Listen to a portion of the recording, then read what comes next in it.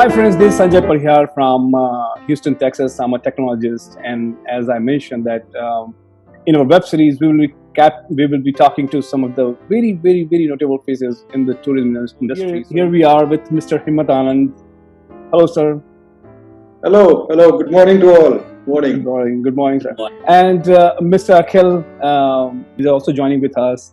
Hi. I'm Mr. Akhil.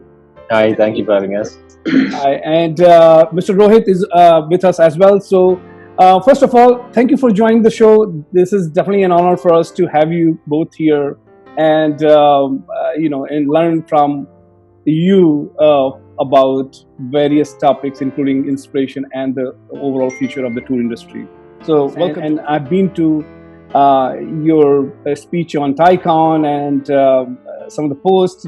So when I see your Facebook profile, sir, we see a 5 different personality there: daydreamer, passionate hotelier, speak my mind, dog lover, and Facebook junkie, right? And so please allow me to ask the question. Allow me to ask the question: who is Mr. Anand, and what are the inner belief system which is making him all of the above? What are that thing which is basically carrying all those 5 things together? And effectively, what is that inner belief system? What exactly it is? Right, thank you. I think with life you evolve. If all of us look back where we started off, let us say 30 years ago, we are different to, let's say about myself, what I was 30 years ago when I was still growing up, to what I am today. I think I'm a different personality. And I guess it is time, it is the experiences, it is the interactions of life which make you go through phases. So I guess at every stage you are in a way a new human being, provided you allow yourself to let the external activities immerse you in what they are. For me, I started off as a youngster of army officer. And I still remember when I passed school, it was after school, I asked my dad, what should I do next? So he says, look, I only know how to do guns and tanks. I really don't know. So that was my introduction to the real world. And I said, Dad, but fathers are supposed to give guidance. So for Dad, guidance was, he called up a friend in Darjeeling and said, look, my son is out of school, what should he do? So the friend said, hotel management. And there I was. Before I know it, I'd enrolled for a hotel management course in Delhi, without realizing that hotels weren't really meant for me at that time. And I did my hotel management course for 3 years. And I think I worked at the Taj for probably 18 months after that. And I chucked up my job because that time hotels were not for me. I mean, you had to slog like a dog from morning to night. You had no weekends, you had no timings, no nothing. You were at the beck and call of your guests all the time, without realizing that 25 years down the line, I'd actually get back to hotels again. So this is, I think, the beauty of life, where at every given time, you just do what you are supposed to do at that time. So yeah, after that incident of doing my hotel management and working with the Taj briefly, I then came into tourism. So I spent 25 years of my life in tourism, out of which 10 years was in Europe. And I did live in New York also for some time. New York also? Okay. Yes, and I ran away from New York, but that's a different long story. So I did a couple of weeks in New York. And then I eventually, after 10 years, came back to India to continue in the tourism business. And it was around... So to answer your question, why am I all of that? I think at any given stage, something led me to the other. I've always been a dog lover. I mean, and I have a Labrador now who's 8 years called Jugnu. Jugnu, yes. And Jugnu's more of a Facebook star than I am. I mean, everybody loves him on Facebook, absolutely. And Jugnu, after some time, he's the mascot also for the Tree of Life. He led me to start another venture 6 months back, which is called A Dog's Story. Now, A Dog's Story is about providing accommodation facilities for people with pets. In India, when you try and go on a holiday with your pet, 8 times out of 10, the hotel will say, not pet friendly, pets not allowed. Yes. And I used to really find this a challenge traveling with him on holiday, that where do I take this poor guy? So I said, okay, let's just start our own thing. So we started a dog story in Jaipur. And it's interesting, there the dog is my guest, not the two-legged human being. So my welcome letter is in the name of the dog. My garlanding is done for the dog. The welcome drink is for the dog. Wow. We have a Wags menu in the room. The Wags menu for them has risotto, it has pasta, it has stew. So my whole focus is the dog over there. We did one in Jaipur, and we're starting one in Corbett very soon. And then Missouri is going to be the third one. So very soon we're going to have 3 dog stories.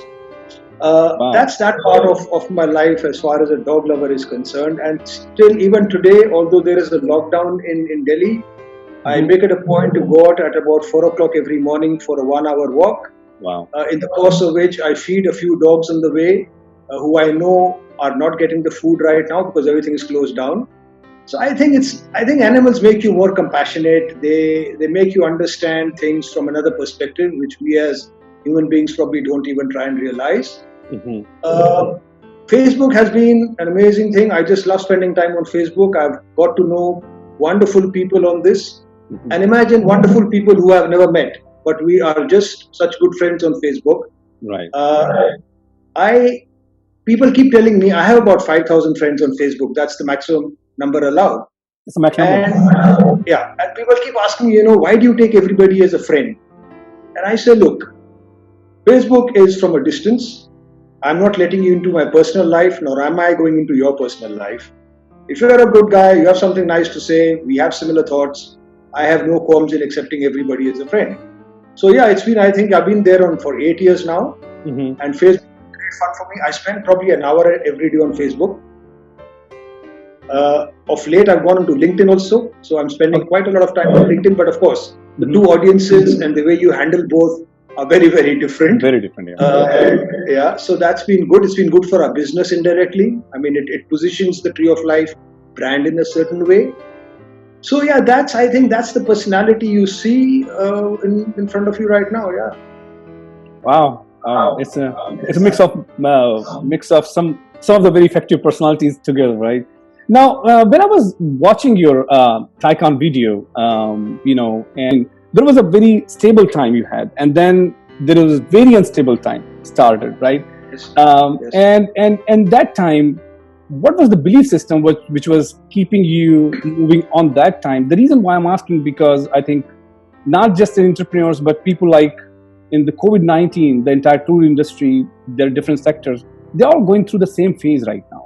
I mean, they had a very stable income, whatever so, and now suddenly that's been minimized or, just eliminated in a way. And you had taken that sort of risk, and there's a belief system which was taking you on that path. It would be great to learn from you, especially concerning entrepreneurs and anybody who is getting impacted in COVID-19. Tell us more about it, sir. Right. So I did about 25 years in the corporate world, and I knew many, many years ago that I will one day create a small resort of my own. Probably 35 years back, I knew that one day I would do a resort. But let me just go back to my reasons for actually leaving the corporate world. So one reason was, of course, that I always knew that I wanted to do something on my own. That was given. But I think the second more important reason for me was that after being the chief operating officer for 5 years of India's largest travel company, I had it going perfectly well.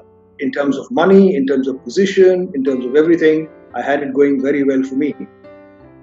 But I soon realized that when I started coming to office in the morning, it wouldn't excite me anymore. And for me, that was the first sign to say, are you really doing what you want to do with yourself? Because I think when you come to work every morning, each of us must come fully charged. Each of us must come with the capacity to take your team with you, and must come with being able to actually contribute every day to the organization you're working for. If you don't do that, then I don't think you're really being true to yourself or being true to the organization. So I found that happening more frequently when every morning was a drudgery of getting into work. My second belief was, and I've always maintained this all my life, is that if you have to move from one position to the other, it is always best to leave when you're right on top. You can't remain on top for the rest of your life. Nobody. And I mean nobody. You can take the biggest names in industry. You will be there just that long as you're supposed to be, and the downturn is going to happen for all of us. So I believe rather than waiting for that downturn to happen, it is best to move when you're on top. It gives you more confidence in yourself to start something new. Imagine if you try and start something when you're at your downslide. You've already lost half the battle. But if I'm there on top, I'm fully charged, I'm fully motivated. I know whatever I do next, I can do with equal enthusiasm. And that's what I was at that stage of my life. I was really on top, and that's when I moved, left everything to start the Tree of Life, which people really thought I'm crazy to leave what I did. But I'm just so happy I did what I did at the right time, because Tree of Life has been an amazing story for me in the last 10 years. As far as entrepreneurship is concerned, I think I started out with the belief that I was willing to lose it all. If the Tree of Life didn't work, I was very happy to lose it all. And I was very happy to start my life all over again, because I did a back of envelope calculation. And I said, for some godforsaken reason, this project which I'm doing will not work. Mm-hmm. And at that time, I calculated to carry on with my life, I needed 50,000 rupees a month again. And I could lead my life all over again. And I was so confident that I would again get a job which would actually take me back and let me earn my life again. So I didn't leave with any fear at all. I left full of confidence. And I knew that this had to succeed, because when I was building the Tree of Life, a lot of my industry colleagues told me that, guy, do you even know what you're doing? I mean, you're creating a property outside Jaipur, and this was already 12 years ago. Mm-hmm. You're creating a property about 15, 17 kilometers outside Jaipur. You've got 7 acres of land, and on 7 acres of land, you're making only 14 villas. Right. This is not making logic and financial sense. But I didn't do it for the money. The Tree of Life was never started to give me big money. It was started to fulfill an ambition which I had. God was kind enough in the corporate world. He gave me the amount of money I needed. So the Tree of Life was started with that ethos. And I'm glad I stuck to what I did. There were hugely challenging times. I mean, when I look back, I actually question myself at times, was it better in a job, or did I have to really do this? But I'm glad I did what I did. Mm-hmm. And the Tree of Life was supposed to be one resort. That is what my intention was, and I was to run it myself. And then, of course, my son Akhil came along, and that generation, being that generation, started nudging me in another direction, that, Dad, why one? We've created a brand for ourselves. Why are we stopping? And I still remember this conversation with him when I said, Akhil, that was my aspiration. My dream was to make one. Mm-hmm. And I have done it. Mm-hmm. The answer I got from the other side was, Dad, that was your aspiration, not mine. I have a different aspiration. So 5 years down the line, Tree of Life suddenly changed track. Whatever Himmat Anand had thought of one property, staying there quietly, leading a quiet life, mm-hmm. went into the dustbin. And Akhil then took the brand forward, and my understanding with him was very clear, that if that is your aspiration, you will lead and I will follow. And he was good with that. So I think then onwards, very slowly, he has taken the lead. I have been following, in a way, more closely first. And now, as we speak, in the last 2 years, I think he's taken on the mantle of running the whole company. So from one property, we've come to 8. And he's the one who's really driving it now. I'm really more in the back seat. And he's the one who's taking the Tree of Life vision forward. So yeah, that's how we came into being. Great. Great. And yeah, and so Mr. Akhil, thank you for introducing the chain of Tree of Life with your aspiration, as your father said rightly. And this question, as you mentioned that you left and you just wanted to get to this dream, doesn't matter it's gonna pay us or not. There was another thing, and you mentioned that there's only 18 villas there in such a big land. And 14 villas. 14. And you mentioned that in one of the speech that non-negotiable branding. It's very hard. Yes. Non-negotiable branding, right? It's very hard. I mean, I'm just, I cannot imagine there, but it's what is that non-negotiable brand which was kind of, forcing that, yes, this will be, and I'm sure you're going to get a lot of resistance with that thought process that, it's not going to work. It's not going to work. It's not going to work. That kind of thought every day, I think, right?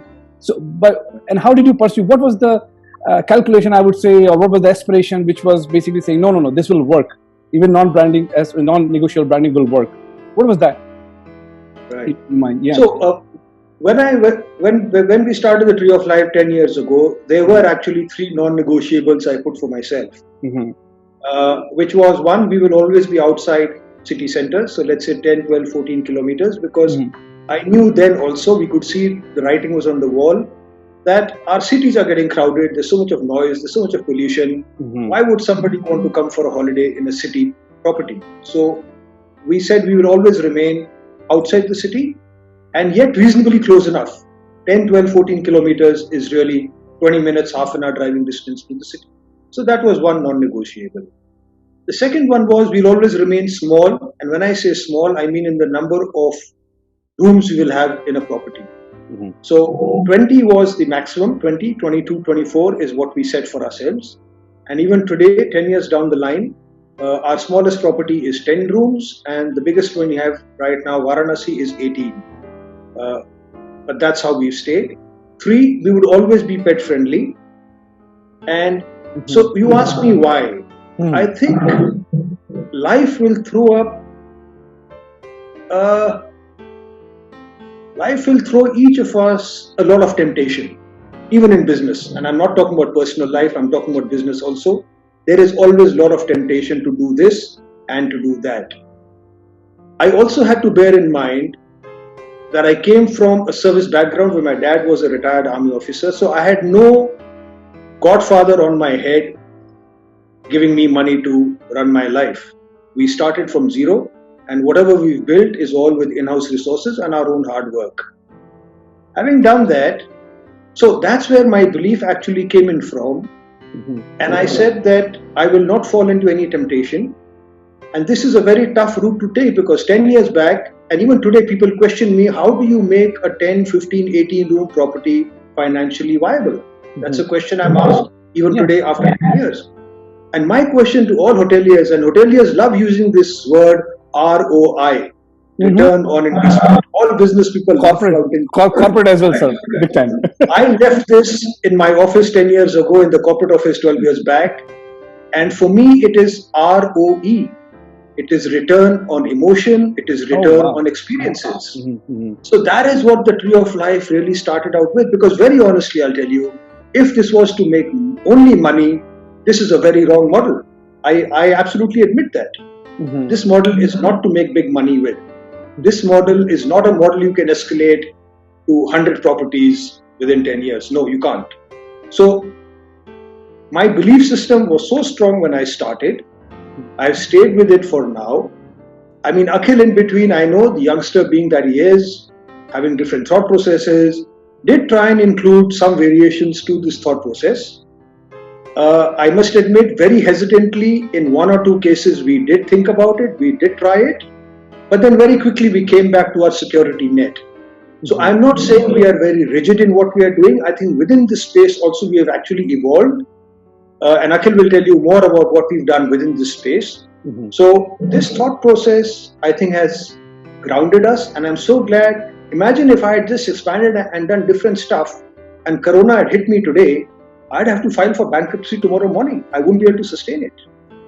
But I can sustain it because we've stayed small, we've stayed in our beliefs, we've not overstretched ourselves financially, and that's where I think the strength has come for us as a brand. And we will continue to remain in this space. I'm not saying we won't do anything which is different, but within my space, there are enough opportunities for me to do, so I don't really need to look outside. And it's I mean, in a way, it's a great message to a lot of entrepreneurs. I mean, if you look at some of the San Francisco-based executions, or like those are our main VCs run show, and if something stumbles upon, pretty much everything goes down, right? And many companies like WeWork here are kind of in that trap. And you said it very right. You actually coined a new term, ROE. And ROE is kind of giving you, and then getting to the small and financial, independence, kind of kept alive in the wrong time. I mean, in odd time as well.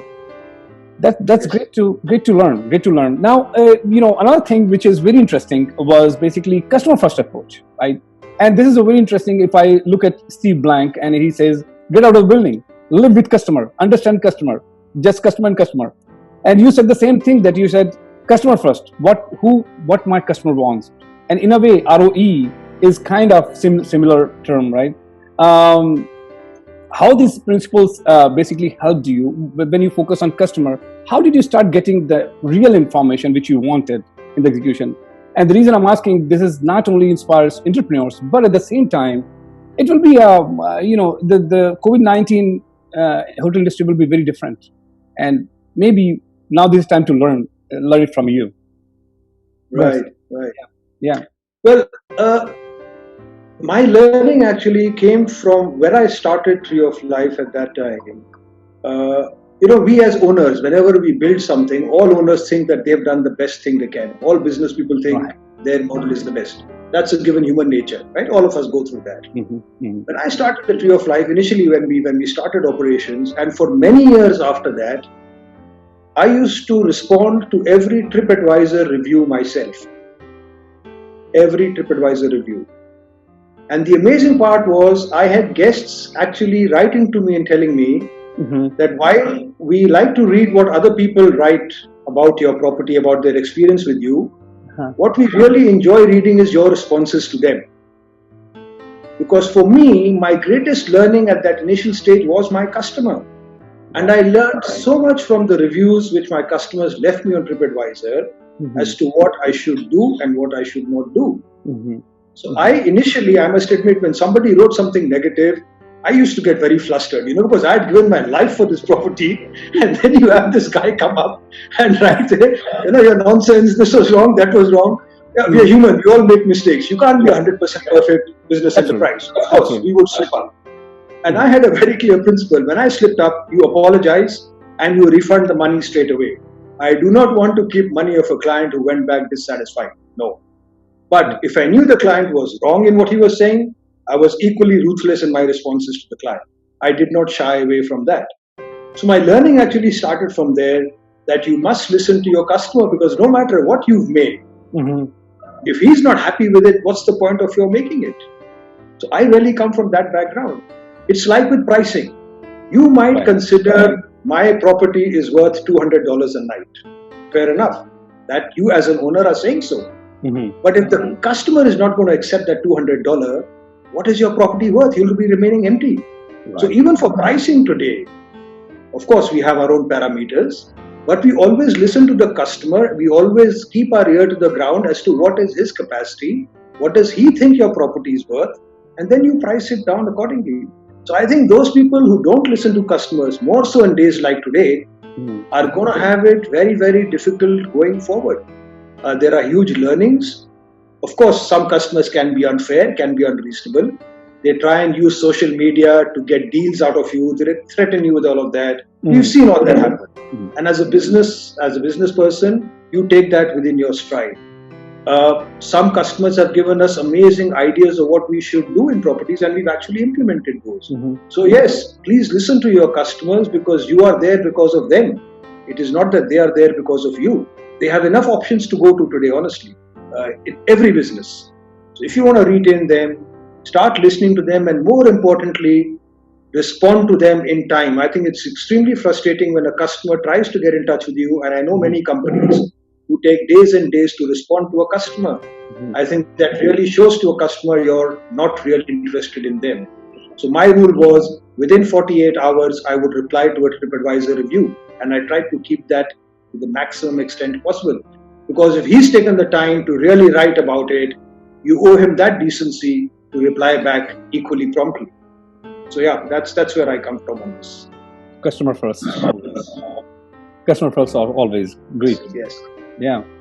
Great. Yeah. Yeah. That's great to hear from you, Mr. Himmat. And Thank you. And in fact, I'm from the travel industry, and when I see you, many of person like me, when from the travel industry, from the hotel industry, when they hear about you, we all get inspired. Thank you so much. Very kind. Thank you.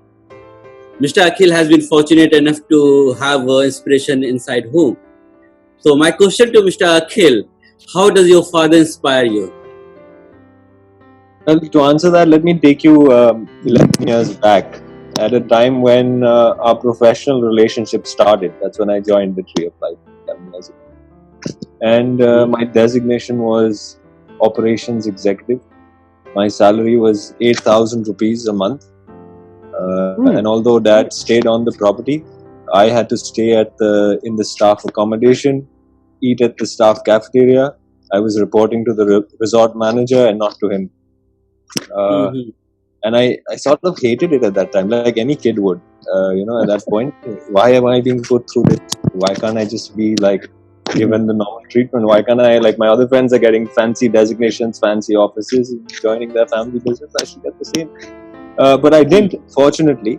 And now when I look back, I'm extremely grateful for that experience, because it was years when I had to work through all departments, one by one. And it wasn't just a short sort of lip service sort of a training. It went on for years. And I think that's a thought process that everyone can derive a lot of inspiration from. Wow. So that's great. Yeah, so he ensures that you go through the process, right? Yeah, there's no double standards with him. It's just looking at everything through one prism, and that's yeah. And that's in fact like great learning. That's a great learning when you go through those pains. What exactly a newcomer come and see in the industry. When you go through those pains, and that's how you learn many things. That's great. Absolutely. Thank you so much. Absolutely. Yeah, and in a way, to that point, I see sometimes parenting fails because of that reason. Because you have son of successful person, and then if somebody doesn't go through the process, then even parenting fails. And the right now Akhil Anand has been aspiration for the chain of the Tree of Life. Now that thought process is coming from that process itself. And so that's a great point. Now, Mr. Himmat, another thing which is basically it's very interesting. Small can be profitable, and I know that we just spoke about that it was in one of the branding strategy, and small can be profitable. It was one of the pretty bold decision, and wasn't it tempting for you to go big, all the time, and get away from this branding strategy? Was it hard to stick to this branding that small can be profitable as well? Well, you can be big in small also. Yeah. You don't have to be big in big. You can be big in small. Right. So I think it's a matter of priorities. It's a matter of putting your life's perspective. Imagine I had started 40 hotels with 100 rooms each. My life would be the same as it was when I was still in the corporate world. And I left the corporate world because of these very reasons, that I did not see value in just growing and growing and growing. I mean, also today, if you really look at all these so-called unicorn companies and all these huge funded companies, who's making any money? I won't take any names, but you look at all the big brands in India which have been funded today with external funding, and with investors' money, the balance sheet is showing loss of thousands of crores of rupees. So was that my drive? And I know there are a lot of entrepreneurs, for them that unicorn is the ultimate. They have to get there, come what may. I did whatever I had to do with life. And I think you have to become content at some stage. If you really want to enjoy life, you have to draw a line of contentment. That level has to be established. And I was fortunate that I sort of get content with probably smaller things in life. I don't have aspirations of doing overseas holidays every year. I don't wear branded clothes. So for me, life has a very different meaning. I drive a second-hand car. I have no shame in saying that. But I think it depends, where do you find the values of life from? And for me, the kick of life is going for a holiday with Jugnu, my Labrador. I mean, I go on a holiday 2 times a week. Every year we go out for a week. For me, that's the best time of my life. The best time is when I spend time with him in the morning at 5:30 playing games with him after his walk. So I think each of us have to decide our own thing. So I'm not saying it is bad to dream big. Why not? If that is what you want to do, and if that is what life is meant for you, sure, do it. I did my bigness of life in the corporate world. I was leading India's largest tourism company, and I did that for successful 5 years. I had a great time with the team I had, and I think my success, I honestly, in the corporate world, I don't owe it to myself. I owe it to the wonderful people I worked with, because my job then was to give direction. That is all a leader does, really. A leader gives direction. I don't think any leader can take credit for success. It is your team which gets the credit. You are only the funneling channel for that energy. That's what your job is. And even today, my role along with Akhil is not to be in the limelight. I think I've done my bit of being up front. I'm very happy to be backstage.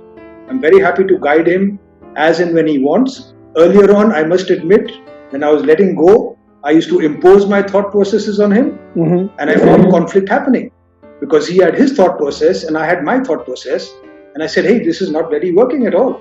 So I took a step back and I said, if he's responsible for running the company, let him do it his way. If he asks for assistance and guidance, you give it. If he falls, let him fall, let him get up, dust himself and carry on further. We all fall in our progress in life, isn't it? So I think fathers must learn, which many fathers unfortunately don't do. They still hang on to what they have. Fathers must learn to give up willingly. They must have the trust and confidence in the next generation. And it's not easy, I must admit. Leaving is not very easy. It does take its time because there are fears attached to it. It's something which you built. You feel you know every nut, bolt, brick which you've done. So it did take a year or so, 2 years probably for this to happen. But now I think both of us have sort of found our space and it seems to work very well now. There are many lessons in this conversation and for different sectors, entrepreneurs, and trust me, this COVID-19 is kind of making those thoughts to be heard mandatory now, Yes. It's a tough. I mean, because it's not just the epidemic happening. There's a lot of effect on the psychology, because of the epidemic and reduced income as well. So, and you've been very vocal about some of the lessons learned in the past, right? When you were going through this process, tell us more about it. And I mean, you've just been very honest and I would say blunt about that. This is what happened. This is a mistake. This is a lesson learned. Tell us some of the lesson learned and what's your advice? Because, like you said, everybody goes through the cycle. What's your advice when those things comes up? What entrepreneur, hoteliers, anybody should think of and manage their psychology during that time?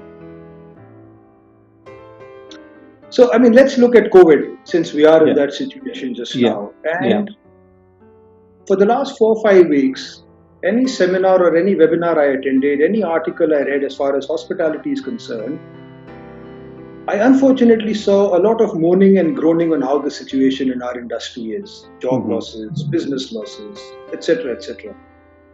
Those are all very valid reactions and very valid emotions. I agree on that. But I think to carry on week after week after week, singing the same song, the industry doesn't realize you're actually doing more damage to yourself because you're now scaring your potential client also. The traveler is going to say, hey, these guys are in such a mess. Should I even travel? They're not even ready for me as yet. So for the last 2-3 weeks, I've been advocating, please let us change the narrative. You've made your point to the government about losses, about assistance, etc., etc.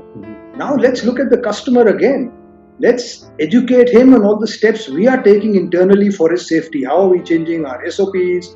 How are we changing our procedures? Let's increase the confidence level of the customer. Let's come out with travel packages which we know the customer can book into, which are convenient for him. Let's start doing all that stuff. So 2 weeks back, I decided for myself that for me, this period is actually being an entrepreneur all over again. So I told myself, let us take life. You have now lost all you built. You are down to zero again. And when mentally you decide you're down to zero, you automatically have nothing more to lose. Because when I have nothing left, what I have got to lose? I have nothing more to lose. Because I have lost all I had. And this doesn't come from a position of weakness or a position of desperation. This comes from a position of strength. It comes from a position of confidence that I know I can build my life all over again like I did 12 years ago. So I'm in that position today. I know it can't get worse for me. And I know that collectively, together with the team, we're going to build back what we started 12 years ago. It may take us 1 year more. It may take us 2 years more. But yes, we will get back there again. And I think this is the spirit all of us must have in these times, because moaning and groaning is not going to get you anywhere, honestly. That's a given for us. Corona is today as it is. You can't fight it. You just have to now work your way through it. And for me, it's like entrepreneurship all over again, actually. Only thing is, today my physical structure is in place. I don't have to go and build it. But yes, from a business point of view, I actually have to rebuild it from zero all over again, because there is nothing left.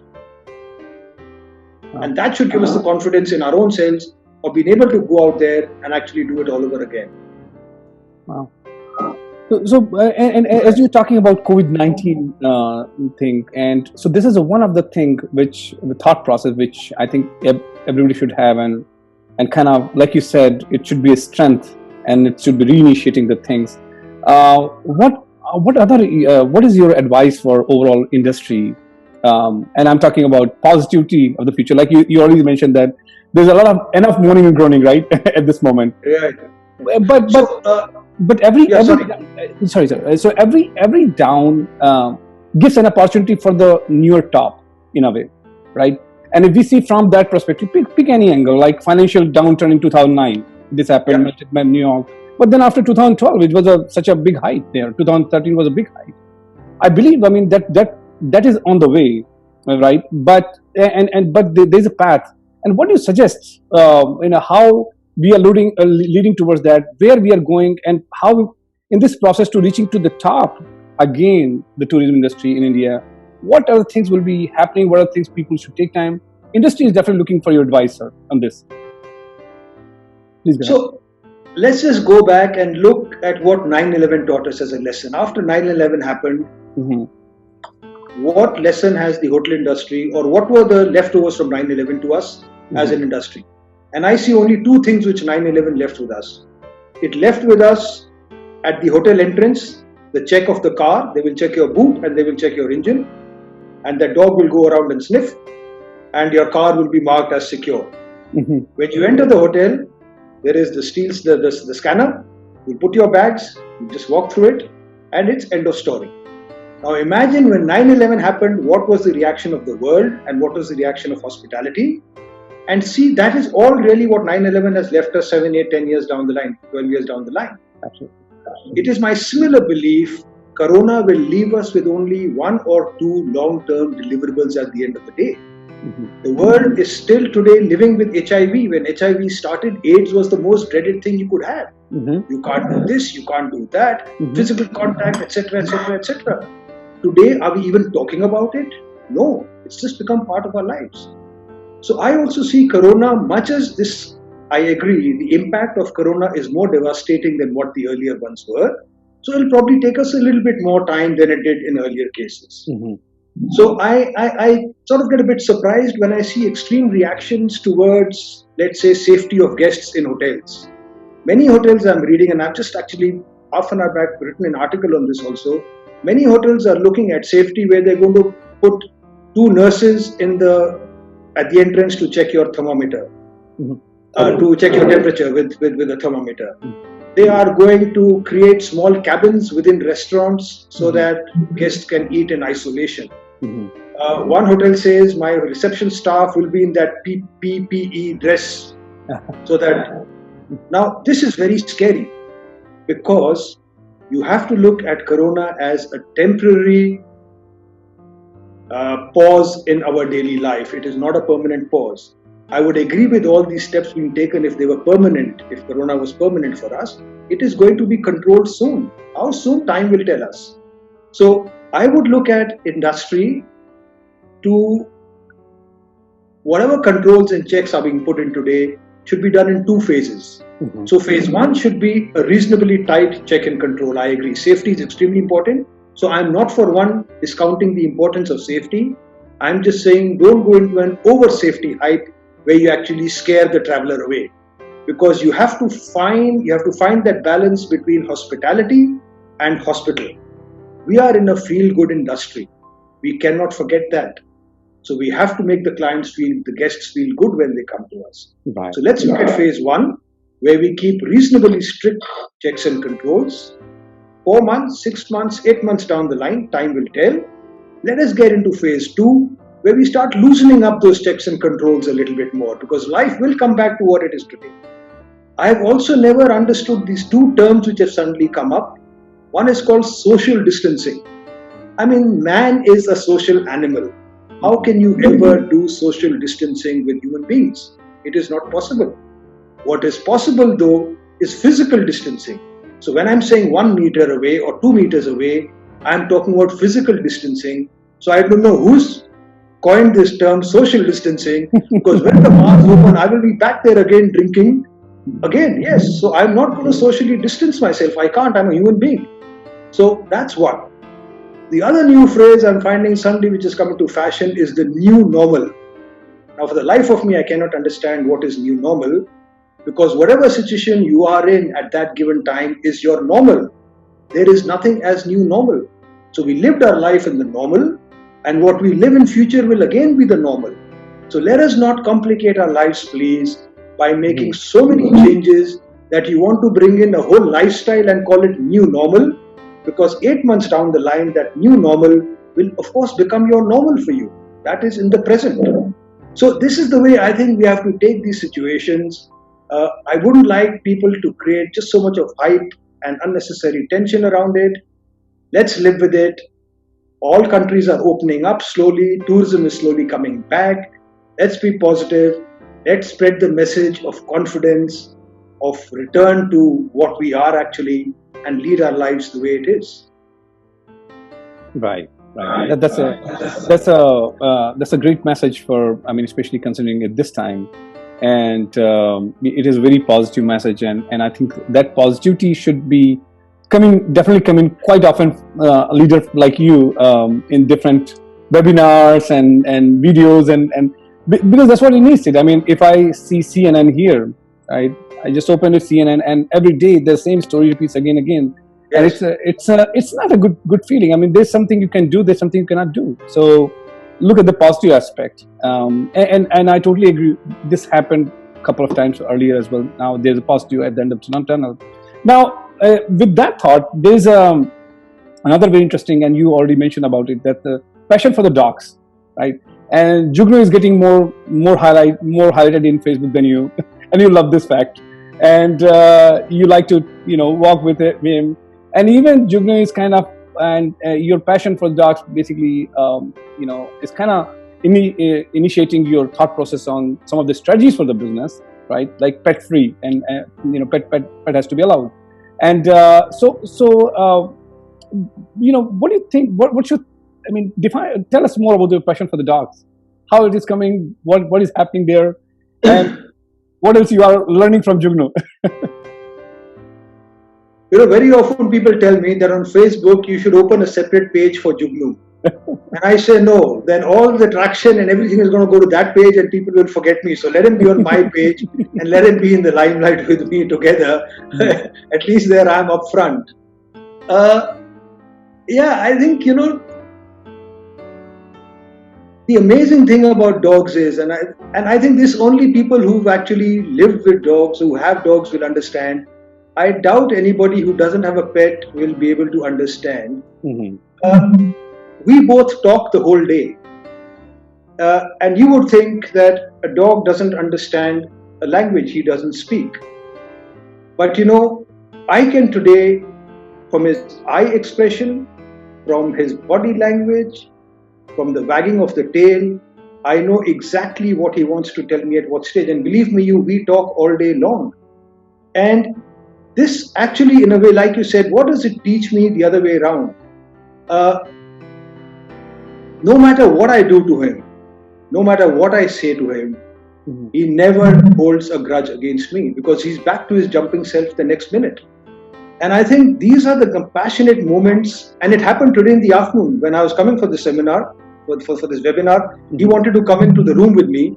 And I was doing something and I got a bit firm with him. And he very quietly went out of the room. And I realized my mistake, so I actually went and apologized to him. That, I'm sorry I shouted at you. And he quietly just left the room and went. And he was his normal self within 5 seconds, jumping and happy and wagging again. So these guys never ever hold a grudge against you, unlike us humans, and who just carry on keeping it to heart year after year after year. And I must admit, I have just become so much more, I don't know if forgiving is the right word to use, but I've just become so much more accepting of people who don't see my viewpoint, who don't agree with what I have to say. I've just become so much more accepting of them, because that's what he's taught me, that, it's just your own space and just be your own self and be that good person that you are. So yeah, I mean, for me, it's been an amazing thing. And even these dogs on the road, people are afraid of them barking. And I keep saying, what is that dog on the road? What does he really want? If you really look at it, what is his only possession in the world? Mm-hmm. Dog on the road, a stray dog's only possession is the 100, 200 feet of space which he owns as his territory. That is his only possession, because dogs are very territorial. And they'll bark at you only when you're crossing their territory. And the moment you leave their territory, you watch, he'll stop barking. Now, for a being whose only possession in life is 100 feet of space, how can you ever grudge him anything at all, honestly? Mm-hmm. That is all he has. And when I go there, the jumping which they have with me, the wagging of tails, it's for me every morning at 4:30 a delight to and what do I give them? A little bit of food, that's all. But the love, the affection which they show you, and I know even if I was to go to them without any food, I would still get the same love and affection. And how long have we known each other? A month, 5 weeks, that's it. Because that's when I started feeding them, when I realized they were not getting the food, because the restaurants have closed, everything else is closed. And our association has been only 5-6 weeks, but we react with each other as if we've known each other for years. So I think, so for me, in a very unsaid manner, these things just come to me and they stay with me in some way or the other, Right. I mean, this is something interesting to hear.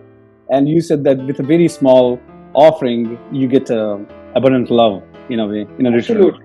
Yeah. And this is now one. I only wish spouses would behave like dogs. When the other spouse comes home, the marriages would work 100%. Just start behaving like a dog. Honestly, that is my advice to everybody. You just behave like a dog with your spouse, and you see your marriage will sail like 200 years. Well, yeah, I don't want to extend that subject. But yeah, I mean, now one more thing in your discussion, you said that branding. Everybody who is in hotel, non-hotel, anywhere, branding is very important, and being very active in social media is kind of first step for creating that branding, right? And what's your advice to the people who, in moving forward, as the things are evolving, social media is evolving, and new way of branding evolving, what step people should take for creating their branding? Should they use social media quite a bit, a lot, or kind of manage in mid? So I am in a way a brand freak, and I think a brand freak not only since I started Tree of Life, even when I was in the corporate world, whichever company I worked for, I lived the values of that brand. So I created some values internally when I was in a position of leadership. And when I was not at a junior level, I followed my brand actually to death. Because for me, it was never about me. It was always about the brand which I worked for. So I have been for the last 35 years an absolute believer in a brand and the values which a brand must stand for. I think that is why Tree of Life, although we are only 10 years old, we've been able to create a certain positioning of ourselves, because I think brand values cannot change every other day. Like I said, you must have as a brand certain non-negotiables which you will not compromise on no matter what happens. Because once you compromise on them, then I think your brand is worth nothing. Then what are you really talking about? So for me, those brand values which are non-negotiable obviously cannot be too many, because you cannot have too many non-negotiables, because then you'll be in trouble. So I think each brand must take 2-3 of what they really stand for, and then come hell or high water, you don't let go of those. You don't really let go of those. So yeah, that's as far as branding is concerned. Social media is really the way forward. There are still a lot of people who feel that social media is hype and it's bunkum. I don't think so. I think Akhil's generation will live social. That mobile phone or that whatever the Apple and whatever people use is going to be more and more their lifestyle. That is what they're going to live with. Very soon, I think the photographs which you put on websites and whatever you do will be outdated. People will want to have real-time short clips. That's where the future is going to go. Drones are now becoming so common, and drones again in a very big way are going to impact how we present our product to the market. Many companies have not taken this seriously enough as yet, but I do believe photographs you can forget. Nobody's going to look at photographs anymore. There's going to be short clips. There's going to be drones which are going to really get out the essence of what your property is all about, and it'll be walk me through, which is really going to be the next phase happening. And all this will happen really on Insta, on Facebook, and whatever else you have.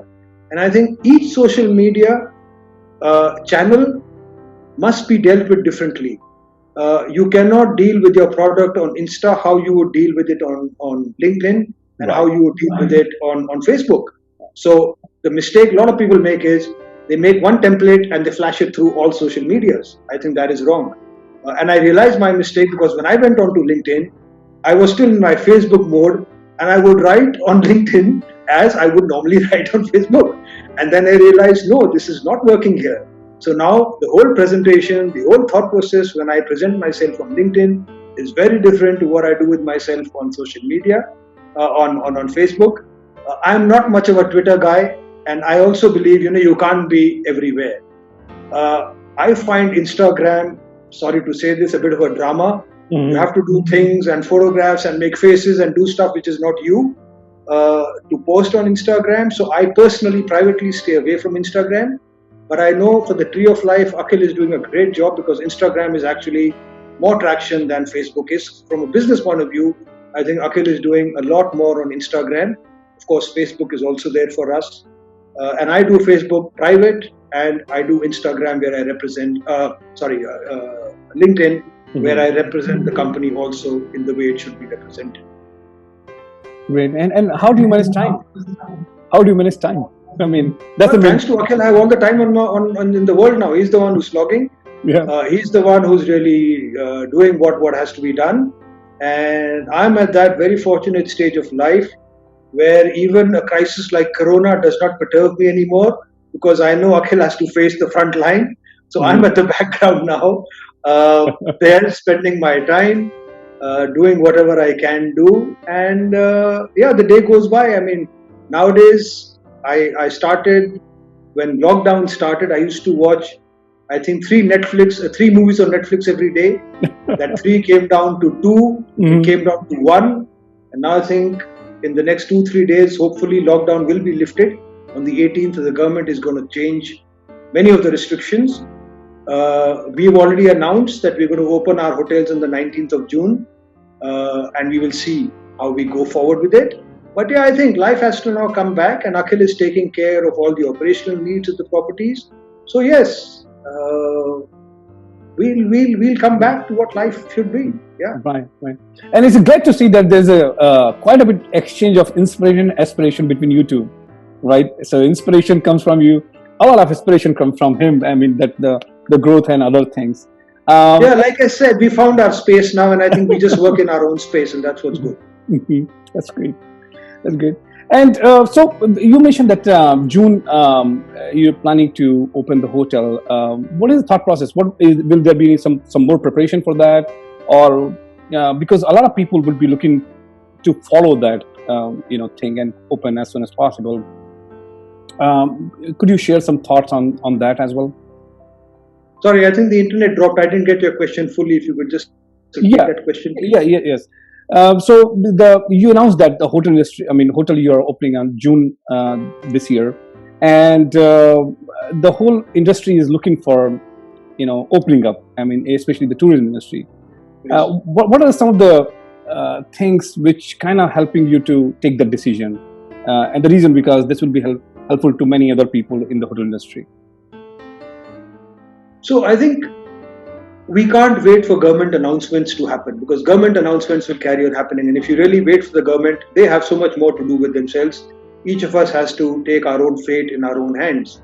So I think one goes by gut feel, where you feel, yes, things are going to come back to normal. You hear what is happening, you talk to people, you find out what is going on. And this idea was actually Akhil's idea when he said, Dad, let's not keep waiting. Let's take Friday, which is a weekend, 19th of June. We've already launched our driving holidays. So let us at least start telling the world that we are ready. Let us start telling our clients that we are ready. So we chose 19th of June as the date to open. It is, of course, subject to adjustments if the lockdown carries on further. This is all adjustable. But I believe you must have a starting point. How long are you going to keep waiting? How long are you going to keep watching what the other is doing? And if I'm not mistaken, I think in the country we're the first hotel brand which has actually announced its opening already. And Akhil, when he talks about it, will brief more about what are we doing with it. But for me, the objective was to tell the world, okay guys, we are ready. Now let's take it forward from here. Otherwise, will you want to remain in a state of limbo for how long? Till when will you keep waiting? Because Corona is here to stay for quite a while. So we will work within certain limitations to begin with. We will work within certain restrictions. But let's get started is the message we want to convey to India, that we are ready for business. Yeah. Wow. Okay. So as we are, about to wrap up our first video in this series, we know Mr. Himmat Anand is inspiring a lot of people here in the industry. Who is your inspiration? Oh, this is a tough one. Difficult for me to say that one person has inspired me or one situation has inspired me. For me, I'm more like a sponge. I seem to absorb whatever I can from different sources, from different people. I've always kept a very open mind, and I've always looked to see what others are doing, not with an intent of copying, but with an intent of learning. So for me, it's been, even my life today and what I do and what I've done has always been really a cocktail of so many things which have really taught me. And I can just say I'm grateful to all the so many people who are probably known, unknown, to all the so many situations which I have come up with, which just keep me going. And at the end of the day, my only inspiration, if I may say, is a belief system, where I have a very strong belief system in what I do. For me, there is no area of grey. It is either black or it is white. And I work in that space. I do not know how to work in the grey space. So I think that makes my life much more easier when I'm able to decide very clearly whether it's black or whether it's white. I'm fortunate enough to have the capacity to express myself very clearly and very openly. In the process, I know I ruffle feathers. I know I'm taken to be rude and inconsiderate at times. But I think, you are who you are at the end of the day. What you do is without any ill feeling towards anybody. It's without any ill intent. So yeah, that's what I think life should be all about. Great. And so it's again, as I mentioned, it's been an honor to have you here. And while we are wrapping our first video, there's so much message in this short discussion, I would say. I mean, the whole day will be less when we talk to you, learn from you. So it was definitely great learning, different aspect, and a lot of learning can be utilized especially in this odd time which the entire world is going through. So thank you, sir. Thank you very much for guiding us in this time. Thank you, Akhil, for being there. And great. Thank you very much. Thank you.